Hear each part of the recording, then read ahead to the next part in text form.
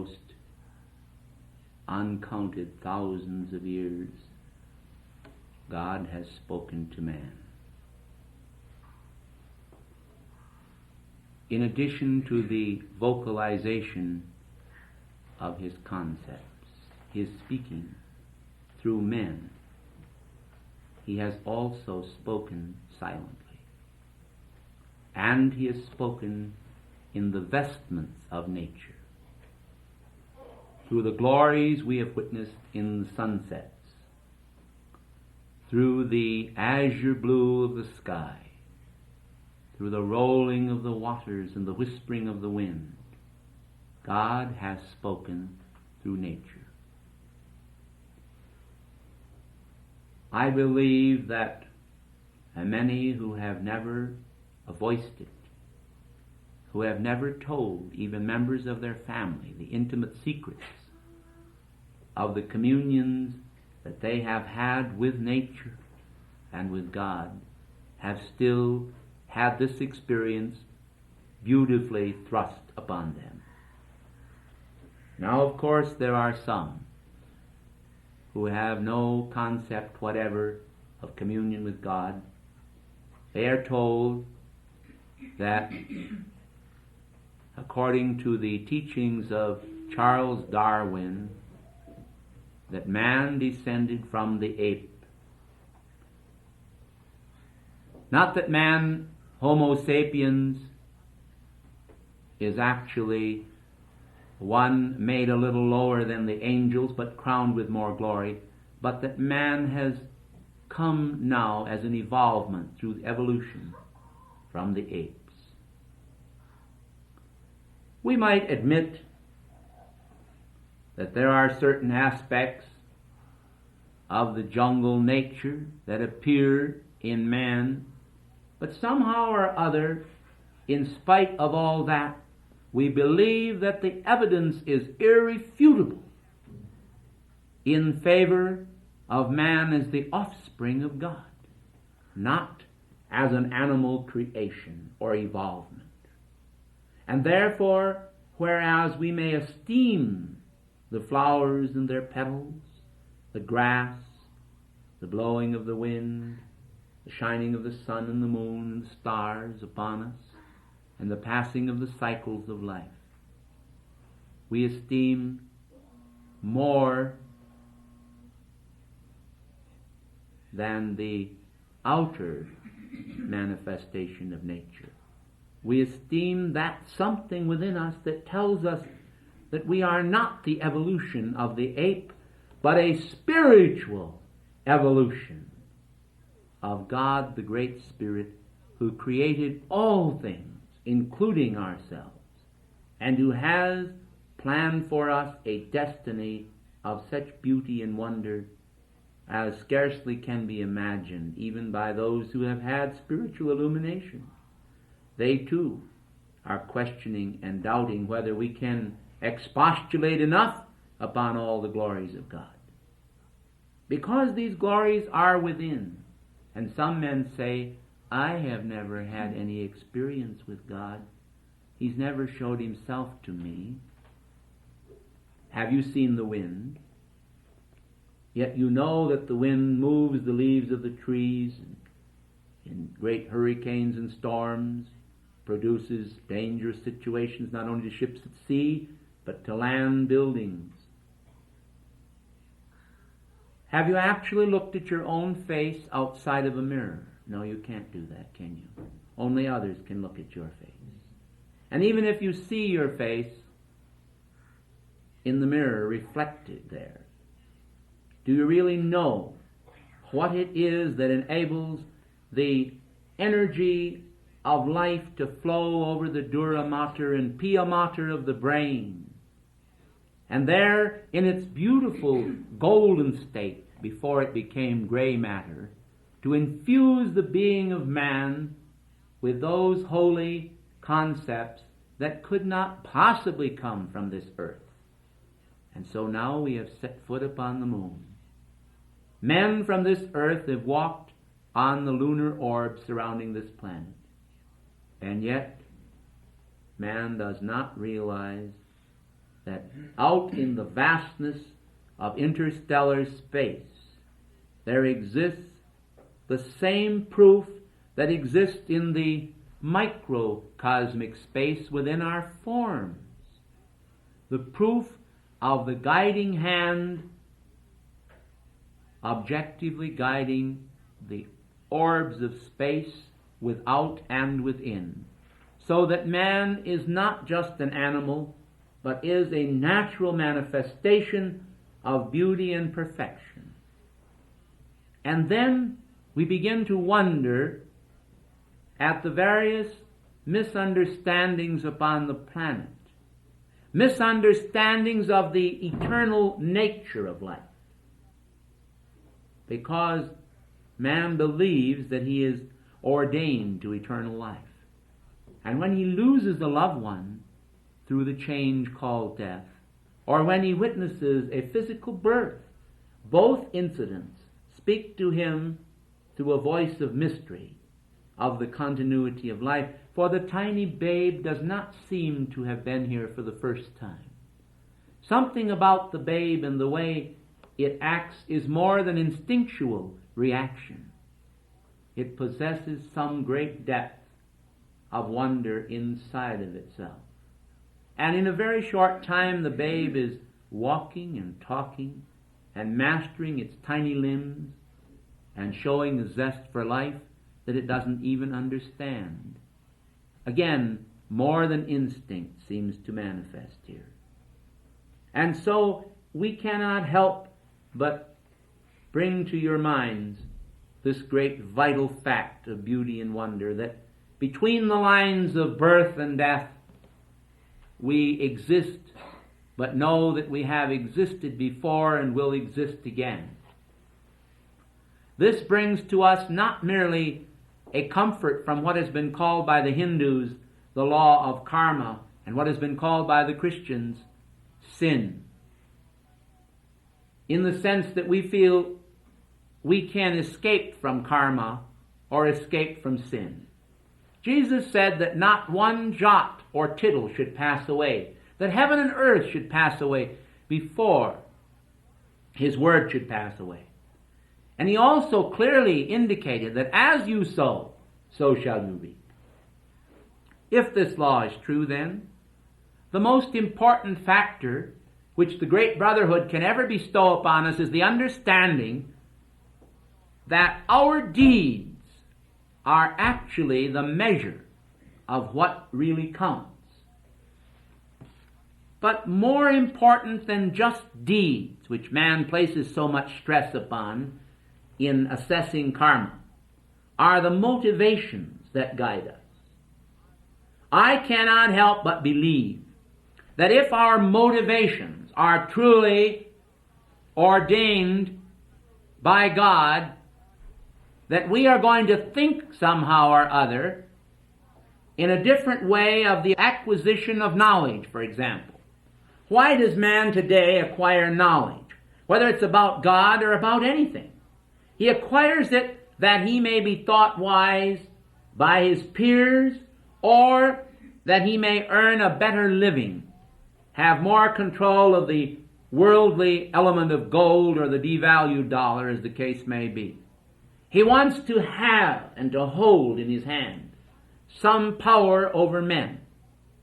And who can deny that bribe money can buy a murderer free from a judge's hammer? This has been proven. Who can deny that money will bring many of the world's individuals to the feet of anyone that has money? But will it buy life? Will it buy purpose? Will it buy motivation? Oh yes, it will buy worldly motivation, the things of the world, but will it buy spiritual motivation? No. There has to arise in the individual monadic consciousness of the individual some sense of destiny, and this must transcend our ordinary mortal living. Why, we're not just interested in playing house. We don't just want to get married and have children and say to ourselves, well, now I have a good job, I have a lovely partner, and this is the end of all. I'll sit here and live happily forever and ever.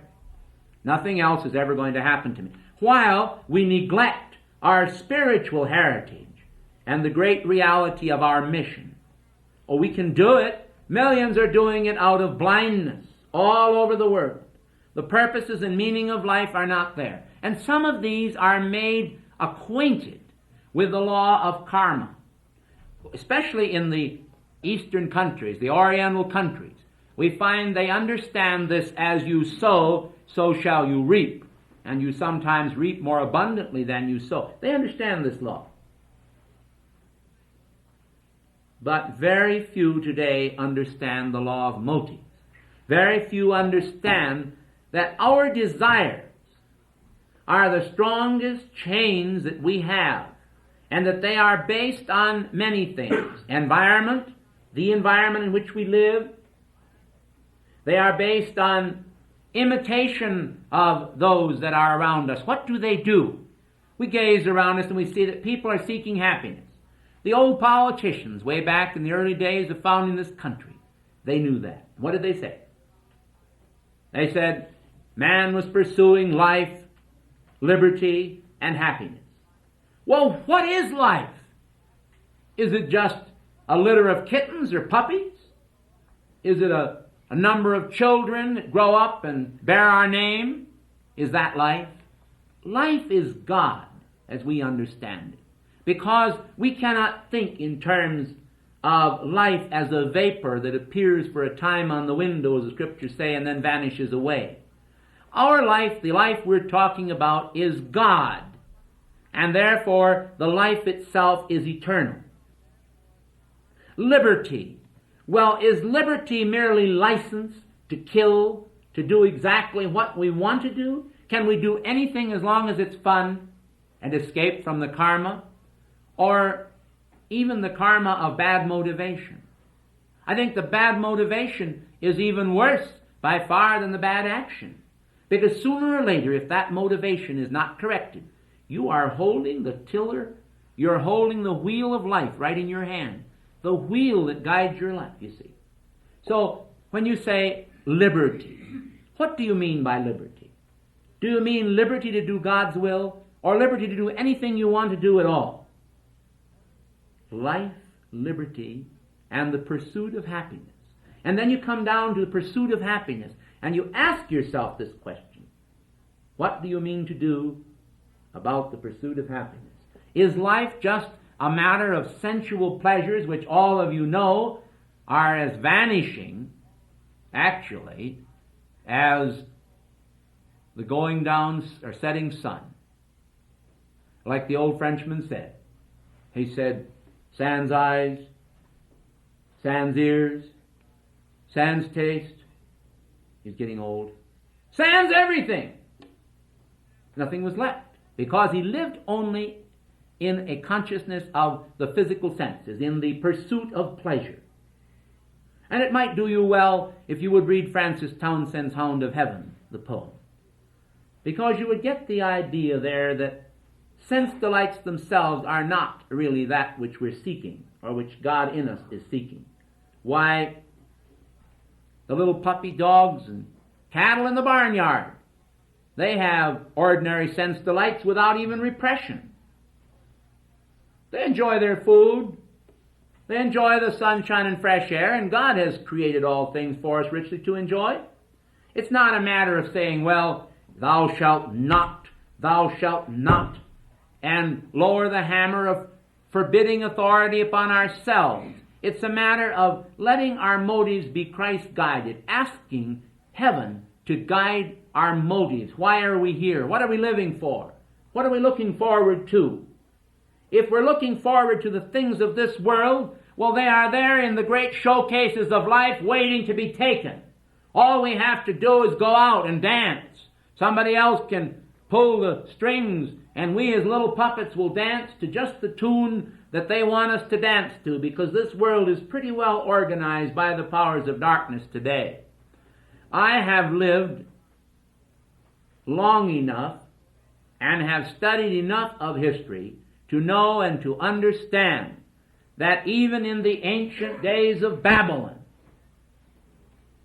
and in ancient Pompeii, buried beneath the ash of centuries, licentiousness and privilege was every man's lot. But they didn't even ask themselves what they were going to do. They just did it, like the Beatles.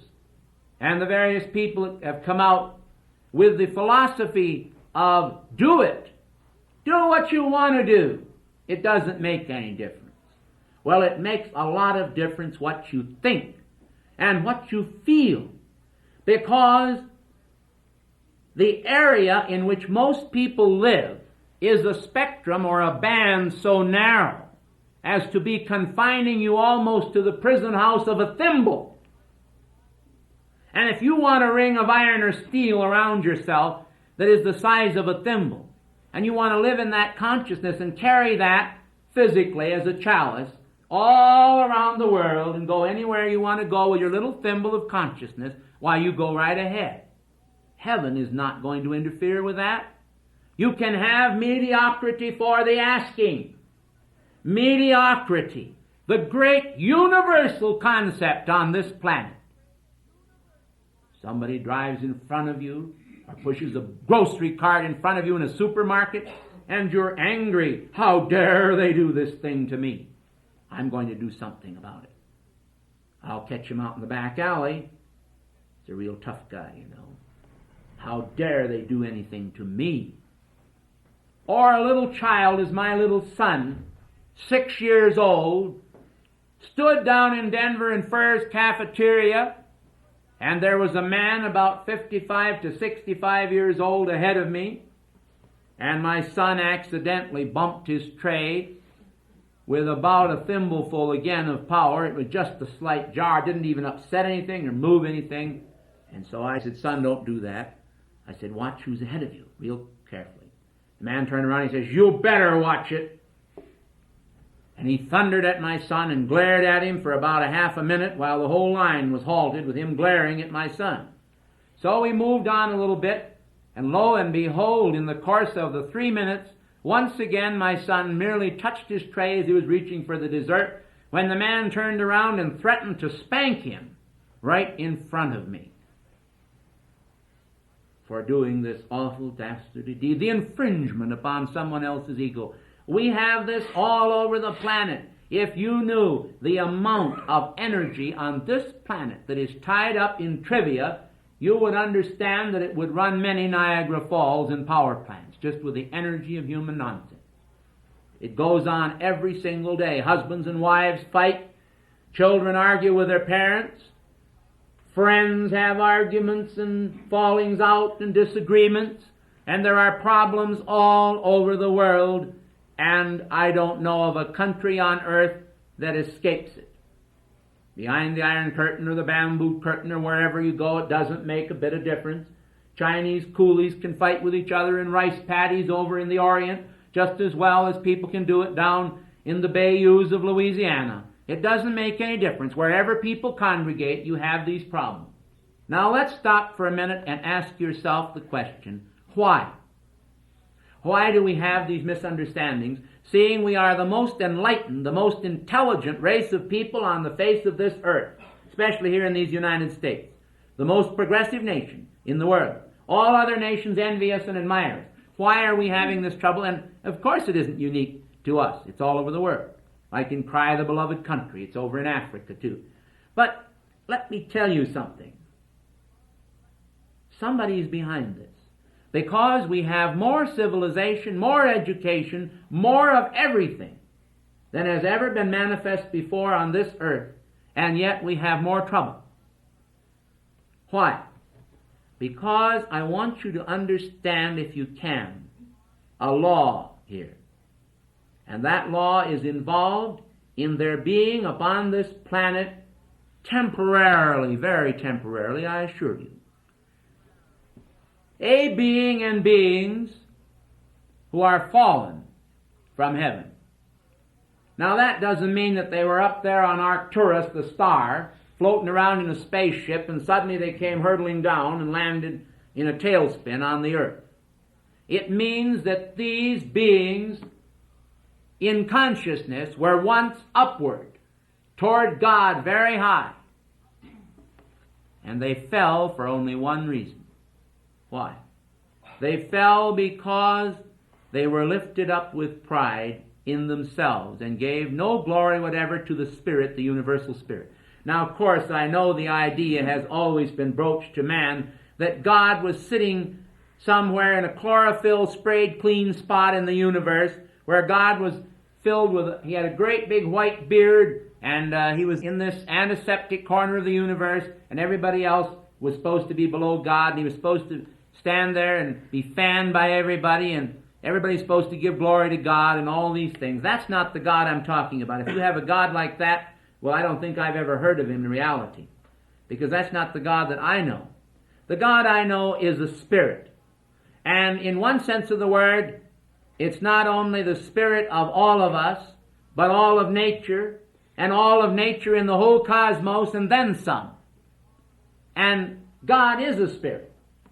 And if he chooses to identify with a form, through imbuing some life stream on any planet or systems of world or some member of the Great White Brotherhood with his power, if he wants to take that spirit which represents electrical energy, and he wants to flow through the motor of some life completely and totally, so that that life doesn't have any connection with anything else but God, then in effect that little motor is functioning as God no matter how small it is. As El Moria said a long time ago, he said, if the messenger be an ant, he said, receive him. And it's an awfully good idea because size is very relative. You know, if we were all dancing here in this world on the head of a pin, well, the building we're in would be infinitesimally smaller than it is now. So we have to understand the relativity of life. We have to grasp these cardinal principles I'm talking about, and the why is that there are evil forces in existence. Now, I know that in the biological laboratories of the modern college, they'll always tell you that there ain't any God. He doesn't exist. They'll tell you that man did come from that ape.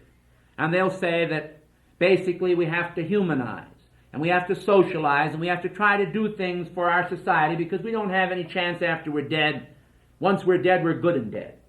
So let's go ahead and evolve everything according to some social plan of getting together and holding hands or doing something else like they do in modern sensitivity training courses. This is supposed to bring us closer to what? To Christ? To God? To one another? Who knows? But the point I want to make to you is that this evil force in the world is starving. You've heard about a famine in India at times. You've heard about famines in the Orient. You've heard about famines in our own country, the Dust Bowl, and all kinds of things in history. But did you ever know that nothing starves worse than evil? Well, I'm going to tell you why. Evil starves because by reason of its nature, it is cut off from life, which is God. So what's it going to do?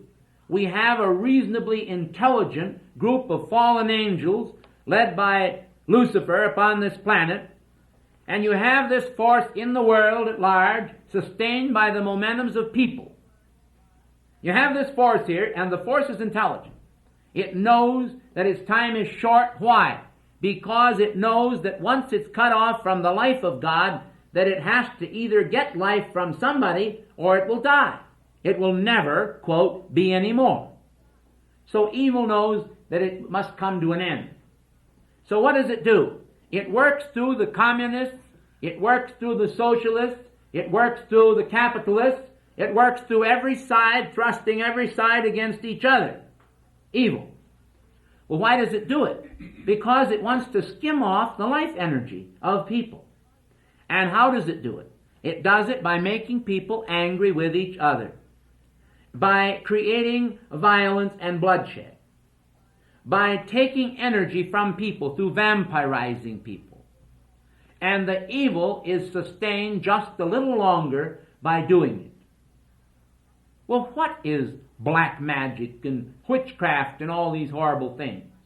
Nothing more than a means whereby people can temporarily fill the cup of their battery with a little energy, because it comes awfully cheap. You just have to go through a little bippity bippity bop and bippity bippity boo, and the first thing you know you've got it and you don't know what to do. That's right. That's exactly the way it works. But in the meantime, the great grace of God that comes free of charge, the great love of God that is a mighty ocean with all of its billows roaring and offering to mankind strength and power and grace, this goes begging. People say, well, I'm not interested in church. I'm not interested in God. Why? Because mankind has been seduced. Where? Where has mankind been seduced? In the college. In the college laboratories. In the psych classes.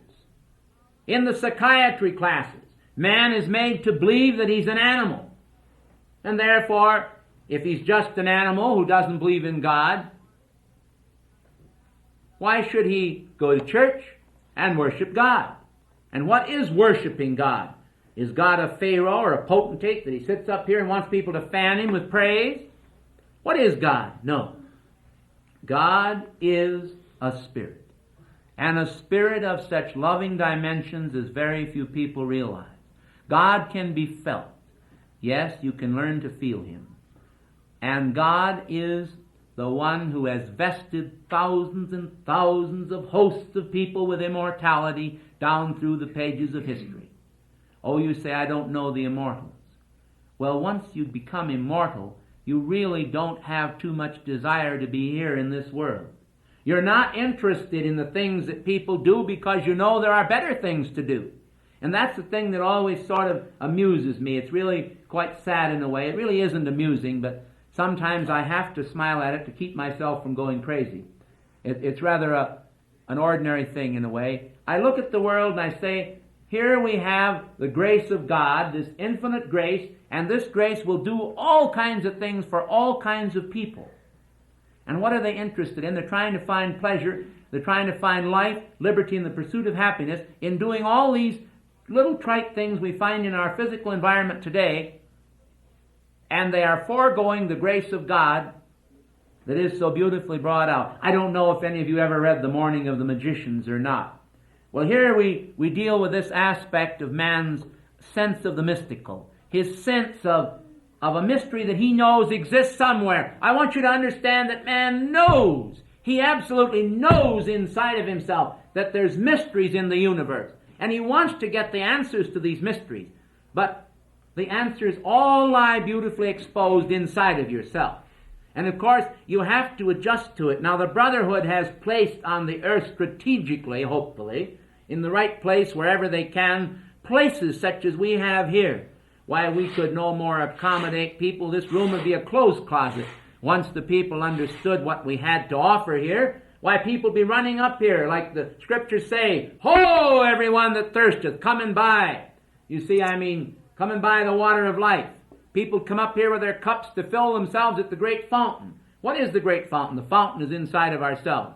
But we have the keys that have been given to us by the grace of God, and we're giving them people for nothing. We're not even charging for them. But of course, life charges for them. Life is God. What's his price? If you really want to know, it's everything you've got. God wants everything you've got. Why?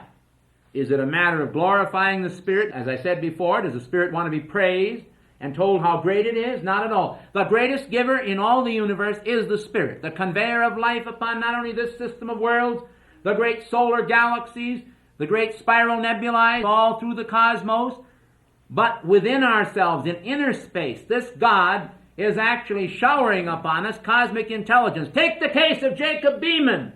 Go ahead and read about him. Read about the man who was an ordinary cobbler pounding nails in shoes. What happened to him? Illumination. Read Morris Buck's Cosmic Consciousness if you want to find a lot of people that throughout history, this doesn't cover the whole strand of history, but covers a portion of it. Throughout the historical period covered in that book, you will find any number of people that have suddenly became imbued with cosmic consciousness. Well, how does it happen? Ask yourself, is it a matter of a test tube or something where a little child is born 2 or 3 years old and sits down to a piano and begins playing Beethoven's Moonlight Sonata? How does it happen? Or how does General Patton go over to the old country and come to the fields and say, well now, right under that spot there's a breastwork I remember because I was here at the time of Napoleon, or something like that. Or how does Reza Stevens talk about when she was singing at the Metropolitan Opera, suddenly she's transported to ancient Rome, and she's singing before the Colosseum, and all the people fade away from before her gaze. Look at the mystical experiences that have happened to individuals all down through the pages of history. Examine the mystical, strange happenings unexplained in this world. And then ask yourselves, why are things as they are? Why are people in the colleges telling us there is no God, there's only evolution? You know the real reason why it's being done? Why the real perpetrators of the ghastly diatribe that's being put out, the real ones, they know there's a God. They're only trying to fool the people they can fool. Don't ever kid yourselves that the real conspirators upon this planet don't know there lives a God. They are hopeful that they can brainwash the masses into accepting socialism and communism, or even some of the bad aspects of capitalism, for one reason and one reason alone, because they want to be able to control people. They want to be able to create wars by their own wish. Whenever they want a war, they want to create it. They want to conscript our young, and they want to have a good big bloodbath on this planet. Why? So that they can have a vampire orgy where they can literally pull all the energy out of these dying people and perpetuate evil upon this earth. And here's the real, I think, the funniest thing about it all. Do you know that these fallen angels actually enjoyed heaven? Do you know that they enjoyed the higher consciousness? Do you know there's nothing in this world that the real ascetics, that are the black ones, I'm talking about the black ascetics, that they love more than anything else is beautiful music and beautiful homes and everything lovely. Oh, they love this because that's their consciousness. Well, why do they do the things they do then? Why do they try to get people to practice evil? Do you really know why? Because it's the only way they can get energy to live with. They can't get it any other way. And oh, how they guard this secret that I'm telling you tonight. They really guard that secret. They don't want it known. They want people to think that evil somehow just happened, but it didn't happen that way. Why, look back in the 1800s, in the days when the maxi skirts, for heaven's sakes, they were worn by all the gals. Look back into those days and remember that the moral standard upon this earth was so much higher than it is now that you can't even imagine how high it was by comparison. And you didn't hear of things like sensitivity training or any of these things. Do you know what sensitivity training is, by the way? It's a system devised behind the Soviet Union by people who have been trained by those who understand Pavlov's dog and his theories. They understand how when they ring a bell that the dogs will begin to salivate if he's been fed, and they've always rang a bell whenever they fed him. In other words, Pavlov rang a bell, and then he'd feed his dog. And he kept this up for a while, and after a while the dog's saliva would start to run the moment he rang the bell, because it showed that conditioned response was possible. And this is the basis today of sensitivity training that so many of the churches are going into. Well, do you know how it works? Most of you don't, probably. It works by hypnosis, primarily, what we call crowd control. And it is a terrible, terrible evil, because it creeps into universities, it creeps into colleges, small colleges, it creeps into Sunday school classes in the churches, it creeps into here and it creeps into there. And you know what? The idea is to innocently enough start you to becoming aware of your body. Not your soul now. Oh boy, they aren't going to tell you anything about your soul, but your body. And they'll call that you, and so the whole idea is to get you to fall down on the ground when they tell you to. That's what's important. They'll say, fall down, you're supposed to fall. And they'll have hundreds and hundreds of students, if possible, falling down all at once. So they'll have a whole class of Sunday school teachers in a great big church, all falling down at once. You know how it winds up? Well, it winds up in the first session with everybody, the boys and the girls, paired off, the boys on one side and the girls on the other. They're sitting very close together, and they begin to feel each other all over their body, with their hands. Why do they do that? The first thing they start out with, they'll do it by having them feel the wall. And you know why I'm telling you about this? Because they did this back in the time of Sodom and Gomorrah. Back in the time of Sodom and Gomorrah. And that was one of the reasons why Sodom and Gomorrah was destroyed. But what is this harmless little pastime going to do? Because in the end they wind up and they age regress the people sometimes, and they have them all sitting on the floor playing patty cake, big grown-up people. And the idea is they're going to get to know Christ just a little bit better by doing this. Well, let me tell you, it is one of the most dangerous ways in which our country can become lost. Because in the end, where do they take you? They take you into the vilest kind of vibrations, and they take you into doing the most vile things. I don't want to tell you what, but you can use your imagination. And it's pretty bad. And some of these sessions, and they do get progressively worse, are even conducted in the dark. And I think that the thing is just as diabolical as you can be. It winds up in the end in wife swapping and everything else, and free love. So you see, you begin to wonder, why are they doing this now? What's the cause behind all this? Why is it being done? And why are they getting into the churches with this? It all goes back to that old dragon, that old drag on us all. And that's what he's doing right now. He's hooking the churches and getting the churches to do it. Tonight, I called up one of the Roman Catholic centers here in this town because they had sent me a piece of literature wanting me to send our girls over to their meetings for sensitivity training, which they told me on the phone was not sensitivity training. But then under questioning and cross-examination, they admitted that it was a form of sensitivity training. And so one comes to realize that these things are in high places. As Mary, the mother of Jesus, said in her wonderful dissertation she released to the little girl at Fatima. She told about how bishops and priests and people all over the world would finally come to a life of sin. And we're seeing it happening right before our eyes. It's going on all the time. Out in California, what they're doing out there, the terror that is happening out in California from time to time. Well, you see, we hear about the Jesus cult. We hear about how the young people are all turning to Jesus out there, and they're all putting their hands up to the sky, and they're all being baptized, and they're all being glorious, and all of these things. Well, that's one side of the coin. But the other side of the coin is that there's still a lot of people in California, and even in Woodland Park, Colorado, that are on LSD. There's a lot of them now taking heroin, mainline heroin, whether you know it or not. And little kids, 14 and 15 years old, are coming home to their parents, and their parents don't even know what's wrong with them.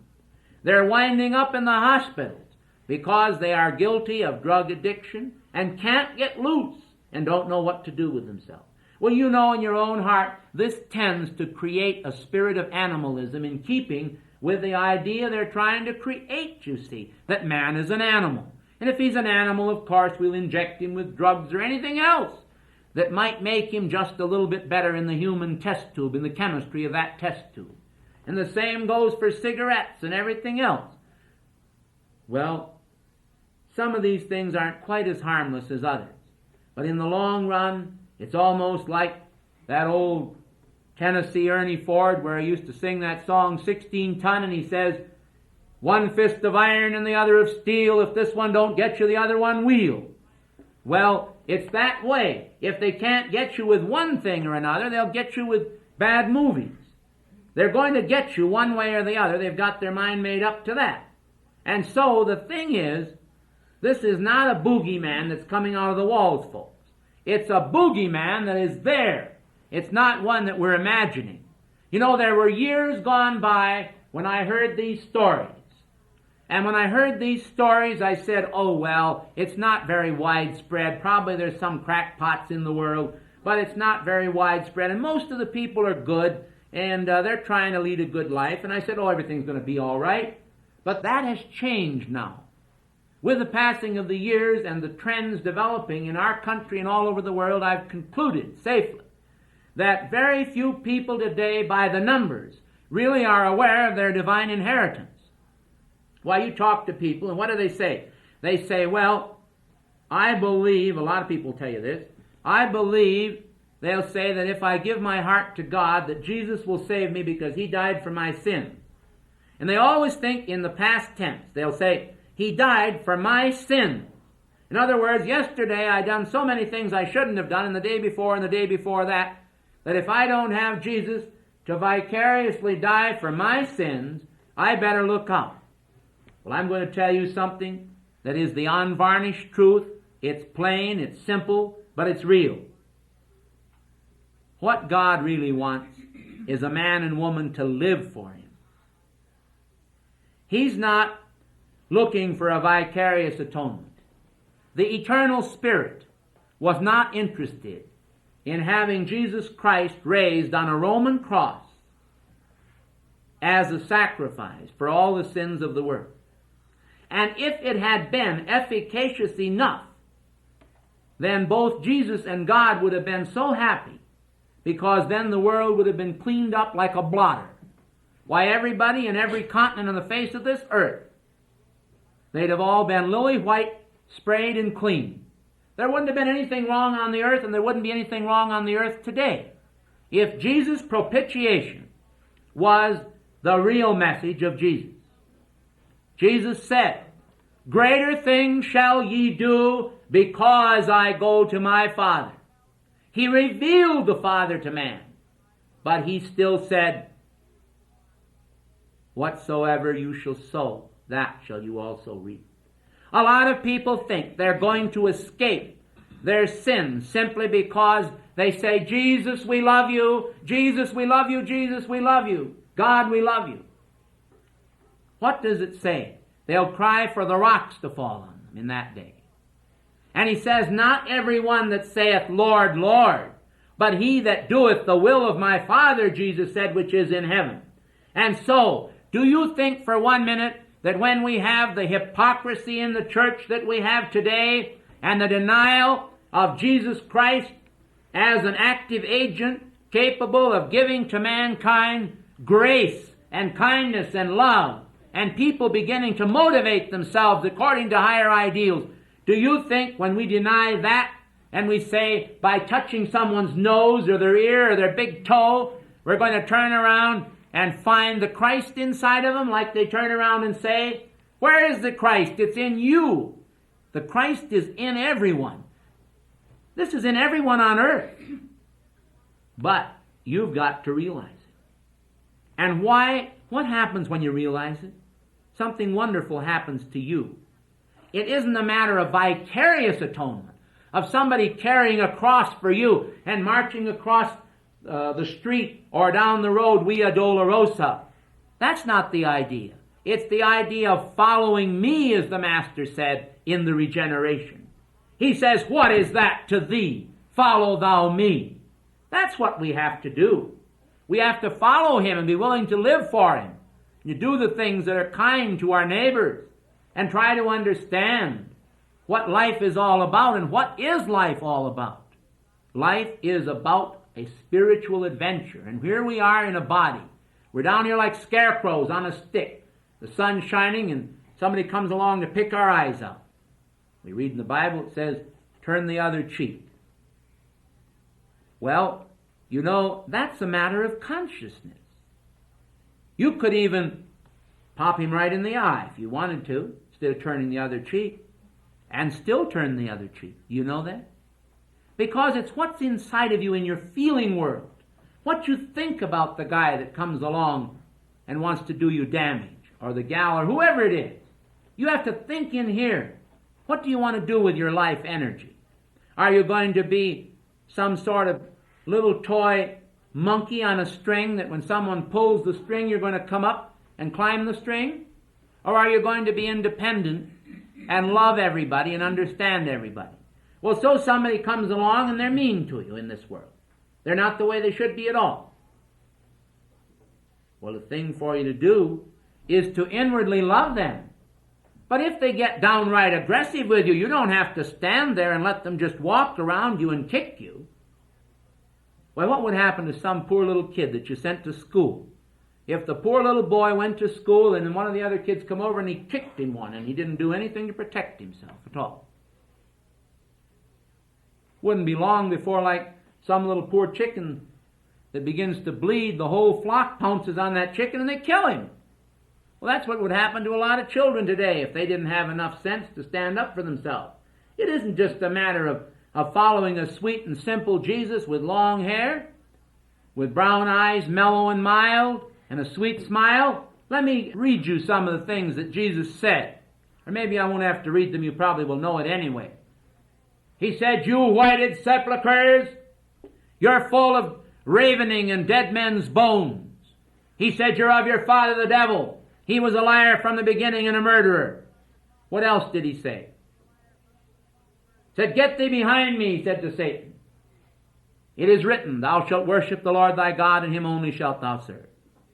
Again and again, Jesus demonstrated his mastery of the situation. He picked up a group of leather thongs and he went over in the temple, which was the church in that day, and he came up to the people that were playing bingo in that day, and he took his foot and he kicked the tables over, and he said, "It is written, my Father's house is a house of prayer, and you've made it a den of thieves."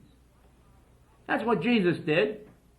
So he wasn't so sweet and so mild on the surface as it might seem. That's why they crucified him. He wasn't crucified so much as an innocent, sweet and mild Jesus. He was crucified because he was a rabble-rouser in the eyes of a lot of people. The crowds were stirred up against the government. That's why the Roman government was willing to consent to his crucifixion. Pilate knew that he could raise the people up. He knew he could stir the people up, and he did. But along with his stirring up of the people, I want you to remember that the main message that he brought to the people was that inside of themselves was the living God. He taught people to recognize the Father. He taught people to recognize the Son. He taught people to recognize the Holy Spirit. He had a message, and he brought that message forth. There's one more point that comes to my mind, and that is in the lesser and greater mystery. I will try to bring it forth to you tonight. And it takes a little doing each time you do it, because you really have to think very carefully on this. It goes in a certain way. And of course, Khalil Gibran said it also, and maybe it would help you to understand what Jesus said if I told you what Khalil Gibran said. He said, "And we live in the crystal and in the mist. And who can say that the crystal is not the mist in a state of decay?" Well, if you think about it, your motives and your feelings and what you think and what you want, your wants, your desires and all of this is the mist. Inside of man, basically, will say that you had an enemy and you hated your enemy. And that would be in the mist of the mind. You had a very nebulous little concept, but you hated him. Now go ahead and kill him. So you kill your enemy, and then you're living in the crystal. Because once you've killed that enemy, you can't restore his life again. You have a dead enemy on your hands, and you are a murderer. Now, basically, it's just as evil for a man in his mind to hate someone as it is to kill someone.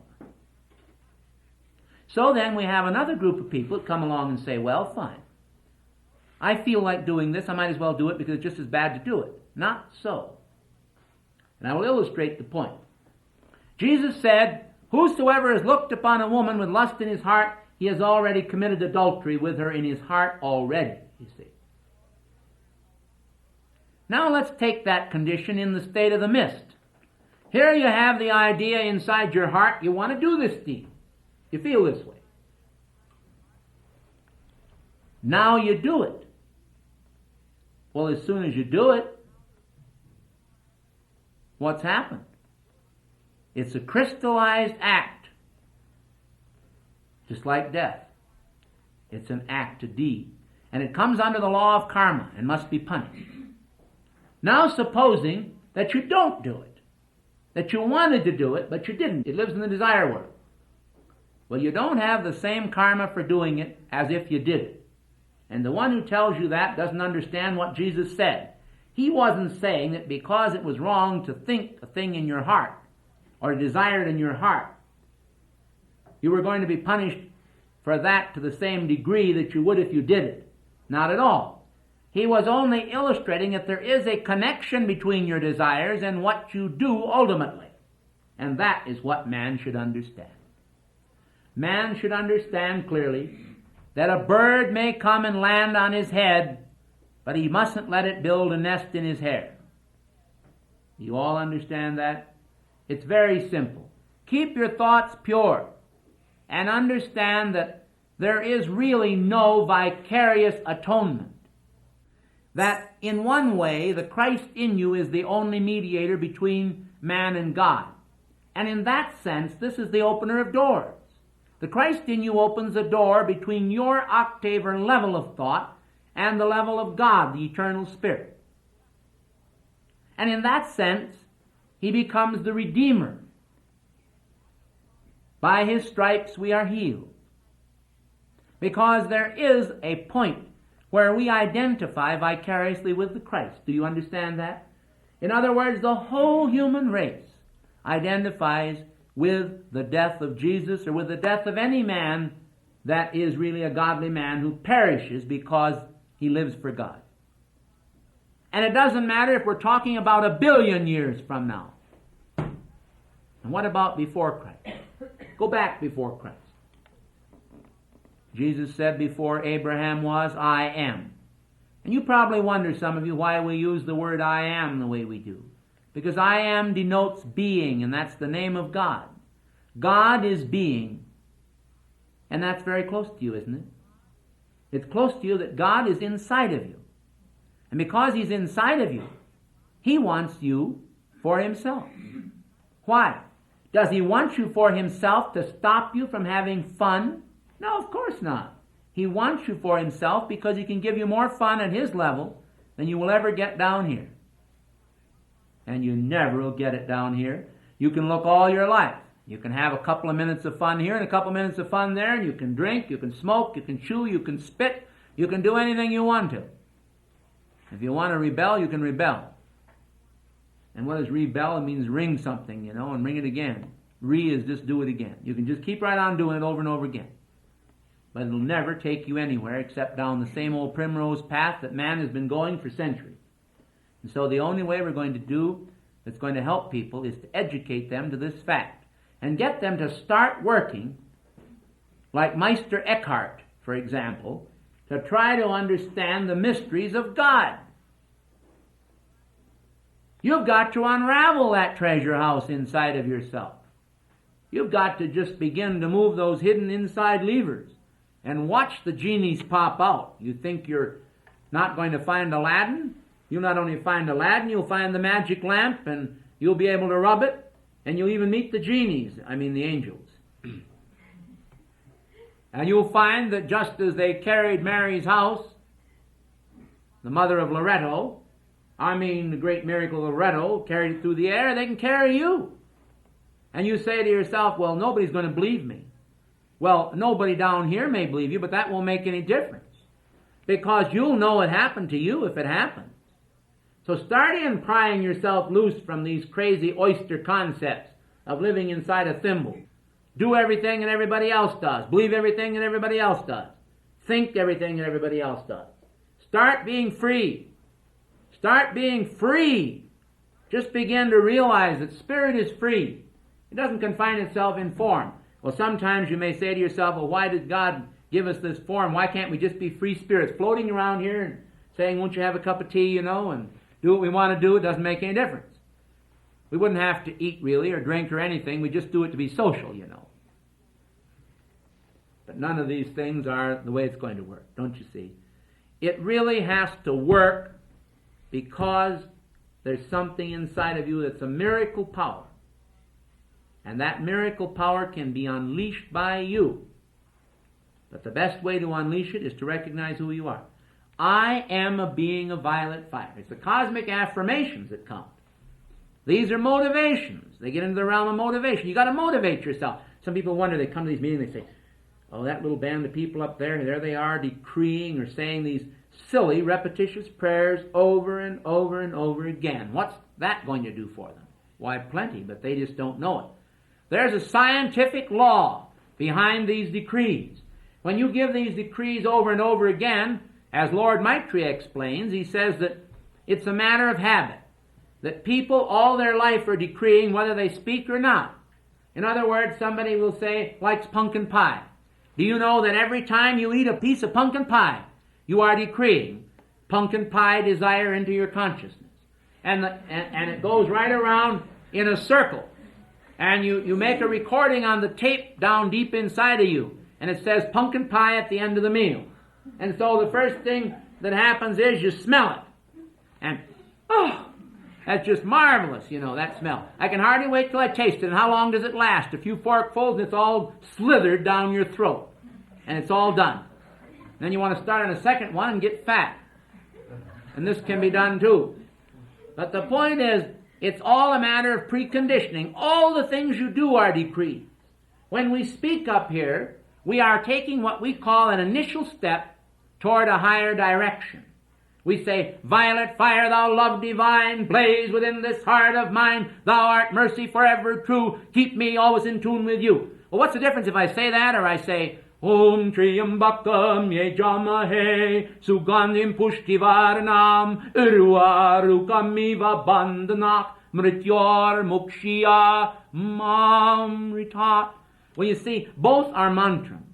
Whether you say it in Indian or Hindi, or whether you say it in Sanskrit, or whether you say it in English or whatever you say, it's the thing that you're saying that counts. Now, what is it we're talking about? Violet fire, thou love divine. Well, we are saying that the highest form of light, the violet spectrum in the rainbow, that the violet spectrum contains within it the power of the number 9. Why? Because the number 9 is going to change our whole decimal structure from 1 to 9 to 10. And then we go into the next. And we never again can we say 1, 2, 3, 4, 5, 6, 7, 8, 9. Now we have to say 10, 11, 12, 13, 14, 15, 16, 17, 18, 19, 20. You see. And as soon as we hit from the 19 to 20, we've already taken the next step into the third octave. And so our numeral system goes. Well, when you go to the violet, you're going to the highest level of light, physical light. And so that equates with spiritual light. And spiritual light, manifesting as violet flame, is the same as the new wine that Jesus talked about people drinking, but not to put in old barrels or old skin. So what happens? You go ahead and you take this violet fire. You say, violet fire, thou love divine. You're beginning to think of the violet fire as divine love. Not qualifying it as human love or some little thing like that, but as divine love. Violet fire, thou love divine, blaze within this heart of mine. Now, why would you want it to blaze, and what is going to blaze? Why, the violet fire, of course. And where does it come from? It comes from God. So something from God called violet fire, which is charged with divine love, is going to come down inside of your physical heart. Well, what good is it going to do in your physical heart, you say? Well, the whole idea is you've got a physical body, and it's full of chakras. What are chakras? Well, chakras are centers. And these centers themselves, in most people, are sealed. They're not open. And therefore, what happens to man is that all the things he does, the deeds and the motives he has in his life, they build up in his physical body. Why? Because man is like a tape recorder. He has all these things coiled up inside of him, see? Like the pumpkin pie. Desire, motive, it's all there. If you use Max Factor makeup, you've got a coil on that. You've got a hang-up on that. You have a hang-up on this and you have a hang-up on that. Well, you can have a hang-up on God, too. Do you see and understand what I mean? Well, what happens if you use the violet flame and you're hung up on God over here, and over here you're hung up on beer? You like to drink beer. Well, of course, it probably isn't really going to be good for you in the long run to drink a lot of beer, so probably the violet fire will come around here and start erasing this over here. Now you're hung up on God over here. Well, it comes over here to God and it can't do anything because God and the violet fire are the same thing. So you learn first, you learn almost the law that you're dealing with the same power, only qualified a different way. You're dealing with God qualified as violet fire, and that violet fire in your heart can begin to clean out all your bad motivations, all your bad desires. And you don't have to name them specifically on a psychiatrist's couch. You don't lay down there and say, well, let me see now. When I was a little boy, I remember one time my mother, and go on like that. Instead of that, instead of going into your hang-ups and the problems you have, what you do is just say, violet fire, thou love divine. Let the violet fire come ripping in. And it'll rip in, and it'll also rip out. And when it gets through with you, you have your little memory tape that's inside of yourself, all clean, snow white, and all purified, and with no hanky-panky. It's all done just as nice and simple as blowing your nose. And that's all there is to it. And you begin to learn all kinds of processes in this movement. Not only the violet fire and the decrees, but you learn other things. And when you do these things, they'll just change your whole consciousness. Until after a while, one day, you're suddenly going to realize that you can do certain things you didn't know you could do before. And so you're going to do them. And then you're going to say, well, did I do that? Must have been my imagination. But it'll be no imagination. It'll be you that did it. But it'll be God in you that did it. But He had to purify you. He had to get you cleaned up. Because we've all been affected by this environmental muse in which we find ourselves. What a mess. But there is a way out, and it is through the Christ and the Great White Brotherhood and all the masters of the Brotherhood. The whole cadre stand here round about us to help us. This is a wonderful place, and a wonderful spirit is here. But you will never be able to catch the vibrations unless you first purify yourself. I won't name names tonight, but I could name names right in this audience of people when they first came here thought it was real bad. We even had people come up here stoned on LSD and sat here. They came for a while and then they left, and they come back and they left and they come back, and some of them came, and the first thing you know, they came to stay. But it's a funny thing how all this works. Well, people don't have to be stoned on LSD, let me tell you. They can get stoned on all kinds of other things. For stoning, as I see it, is nothing more than the calcination of habit forming. You just go ahead and form habits inside yourself and you're stoned. Why? Because you're not flexible. You have to be flexible with God. How in the world is God going to help anybody if they're not willing to be helped? So you have to be helped. I think I better stop. I might go on all night otherwise. But it's really a thrilling moment. You begin to contemplate on this.